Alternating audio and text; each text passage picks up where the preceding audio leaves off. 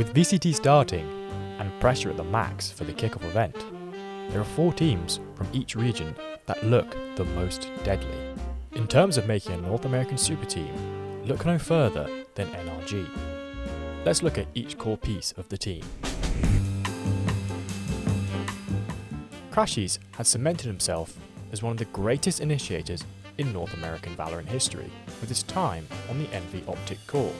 However, a poor last year on NRG does not detract from the fact that he's a great support to any team, and stated by FNS as a great mind for the tactical game. It'd be a good up-and-coming IGL if they decide to take on the role. I feel like Austin Orbic would be pretty good at it, from the players I've played with. Not to mention that he's always good for a clutch. Crashies once again in a 1v3, looking to collide, and he does! The first flex role goes to Victor, who again was a staple in the NV Optic core, then having the same unfortunate season as Crashies last year. Flexing on a wide variety of roles such as Initiator, Sentinel and Duelist, where on Duelist he mainly plays Raze, usually in a pretty methodical style.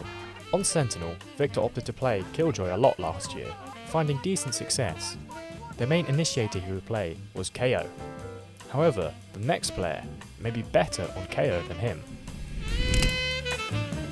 The second flex role and main IGL to team, Ethan had a phenomenal previous year. When playing initiator, he would mainly play KO and Sky. His KO was arguably the best in the world. A key example was on Ascent, where his supportive impact he had on EG was vital to the team's success. Often, his assists were in the 20s per map. Moving to the IGL position is a new challenge for Ethan. However, Ethan has an immense amount of experience. Also, with the help of other members, could allow for many calling styles to be applied to this roster. From Paper X's everyone has input, to a hard micromanage style, it could really go anywhere. Marv had a really strange previous season, originally sitting on the 6th man role for Sentinels. However, a poor result for the team led him to be a starting IGL. He found okay success, but Sentinels failed to qualify for playoffs, and they didn't make it through LCQ. However, Marv has always been an incredibly consistent and smart controller player, usually putting up strong numbers, and now that he's off the main IGL role, I feel it frees him up to focus more on his mechanics. What can I say about Demon 1 that has not already been said? Last year's breakout star, above world-class mechanical skill, and in the bucket for being the best player in the world. Demon 1 on Jet is truly a spectacle to watch. Not only is his aim out of this world, but he also has some pretty world-class decision making. A key reason why Demon 1 thrived on EG was the fact he was set up to be the star when playing Jet. Bringing Ethan over to play with him again is a great way to replicate the same supportive structure. Also, adding 3 more other great minds to the game can make Demon 1 shine again. He also found some actual good success playing off the duelist role, which allows Victor to be able to play Raze again. To look at the team as a whole, there really is no weak link. The only possible thing that could go wrong is there may be too many ideas and there are too many stars. But if the whole team is on the same page, this is a true force to reckon with, not only in the Americas League, but the whole international circuit. Fnatic proved themselves last year, picking up 2 trophies, so let's see all the pieces that made this work. Chronicle is the most decorated player in Valorant history, topping the charts of the most trophies lifted with 3. Last year, Chronicle seemed to be outshone by a lot of his teammates. However, this is understandable due to the caliber of the players around him, and the fact he mainly plays hard support roles, such as Sage, KO, and the hardest of support, Breach. When it comes to support, Chronicle does the best he can to help Fnatic win, which he certainly achieved last year.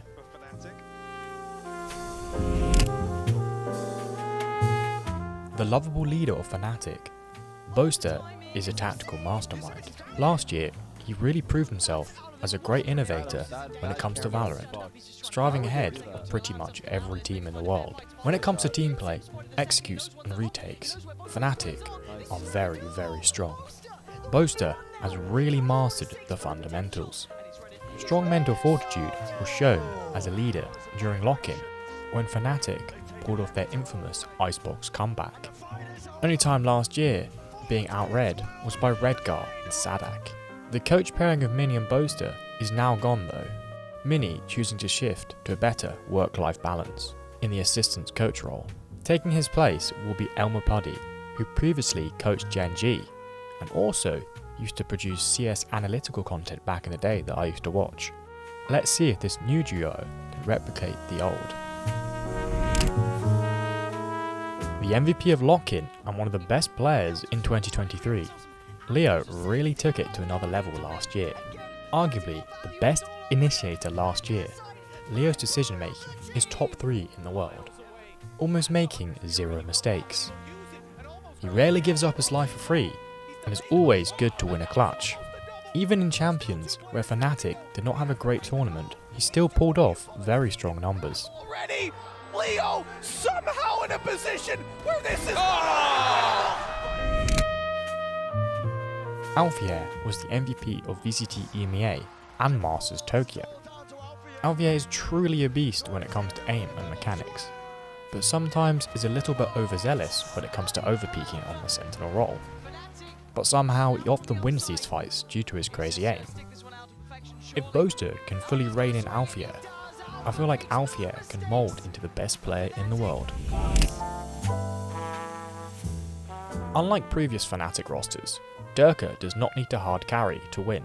He has great firepower around him, which means if he runs in and gets one, he has more faith that he will be traded. Surprisingly, last year Durka played more Raze than Jet, especially in Master Tokyo, where he only played Raze and they still managed to win the whole thing, proving that he has great versatility. Even though Durka with this roster does not need to carry, Durka did not have a bad year and still pulled off some insane rounds. Now you chant! Now you ask for it! Durka looking for it all! He's gonna have to push past the Cosmic Divide, the fourth!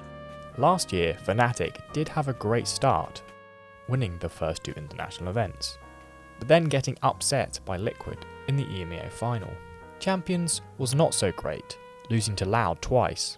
However, throughout the whole year, they actually only lost 2 best of 3s and 1 best of 5, leaving the stats at 28 wins and 3 losses, including the off-season.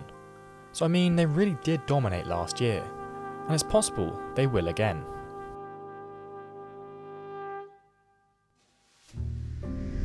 PaperX last year really cemented themselves as a world-class team. A little bit of trolling at the beginning of the year with roles, before finally nailing down a solid 5, which led them to pick up the VCT Pacific Trophy. Even though they lost their best player something due to visa problems for Master Tokyo, they still managed to reach top 3 with their super sub CGRS. With their full roster, they managed to reach all the way to the Champions Grand Final, where they lost to EG of course. This year, Jing is required to complete military service in Singapore. To fill Jing's space, PaperX have decided to pick up global esports standout Monyet. So let's look at each piece of the team now. Where other members of the team often interchange roles, Mindfreak finds himself glued to the controller role. I would consider Mindfreak as the real rock of the team. Where other teammates may take whimsy to the max, Mindfreak is the calm amongst the chaos. Often this means he's overlooked, but he's really a key part of PaperX's success and is also a pretty strong clutcher.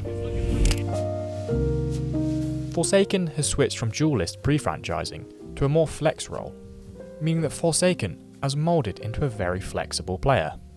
He still remains the same whimsical player as before, however, now he does it on many different roles, not just duelist. From controller, especially playing Harbour, to initiator on Sky. He also plays a very strong Yoru, which going to next year's meta could possibly suit him very well. With players on your team last year, such as Something, Jing and Forsaken, it is hard to see yourself outperforming on the flex role. However, Devi managed to do this stats-wise consistently, especially during Champions, where he was a top-rated player in Paper X. So I would argue that Devi is the most consistent player on Paper X. And again, just like a Mind Freak, is an unsung hero. The new addition to the team, Monyet has some big shoes to fill, playing in the controller role on Global, where Global did not find much success. However, he certainly did. He managed to break the kill record on one single map for that time, whilst playing Astra. Monyet had previously played Duelist before Global, so he could swap back to that role. But just looking at him on a purely mechanical standpoint, he really could match Jing's skill. However, Monyet didn't have a standout off-season, which may lead to some uncertainties. However, if he can peak and find the role in Paper X, he could be a formidable player. The standout star of the APAC region last year, just like Demon 1, Something was the breakout that reached all the way to the top of Valorant competition in his first year at Tier 1. Robotic-like aim and nature and a crazy aggressive playstyle. It almost looks like he's cheating, but no, Something is just that good. Can he keep the consistency into this year? My money is on yes. So Paper X losing Jing is a big loss. However, can this team be viewed as a super team? Only time will tell. What I do know is that they are still the number 1 team in APAC.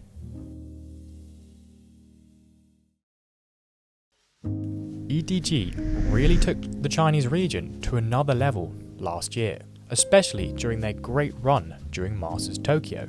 They also had a strong start in Champions before falling flat in playoffs. However, can this team be viewed as a super team due to the rise of other players in the region? Let's have a look. The main initiator for the team, and has really performed well in certain games. Nobody has some very strong mechanics and crisp aim. The Sky nerfs may affect him a lot, as this was one of his strongest agents. Is he the best initiator in China? Well, it's hard to tell since the franchise system only starts this year. However, Bianc could give him a good run for his money.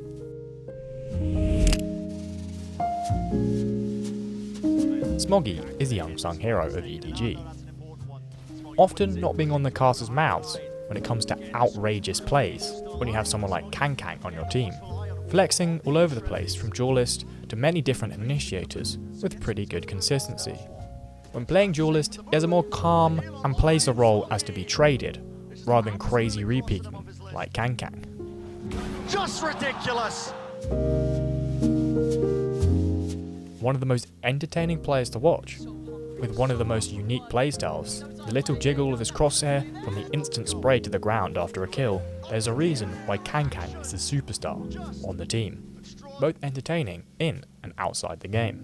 The rise of other duelists in the region such as Woozy may challenge him as being the best in China.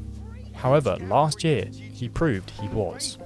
As Liggy said, Kang has the most consistent flicks in the game. Where Kang is a superstar, Chichu is a supernova. I can certainly say that Chichu is the best sentinel in China. Clutch factor alone, when he's left as last player, you know there's always a possibility that he could win. Inspired by his hero Nat, you can tell this because of his consistent crisp aim and strong game sense when it comes to timings. When you think of EDG, you may think of Kang, but pretty soon you'll think of both Chichu and Kang. The brains behind the operation, and the man who brought China into the limelight with his tactical prowess, Haodong is not a hard-fragging IGL, but has strong consistent cooling that allows his players to take many favourable engagements. You can say that Kang thrusted EDG into the limelight, however, Haodong kept them there. Where's the trade? Not in sight! Haodong! So EDG played a ridiculous amount of games during the off-season, so I hope that they have recovered for the kickoff event. EDG is still the best team in China, and I think it will stay that way in 2024. So here are my comparison of the teams. Fnatic at the top, NRG and PaperX tied, and EDG only just trailing behind. Let me know your favourites, and if I missed any super teams. So thank you for watching, and I'll see you in the next one.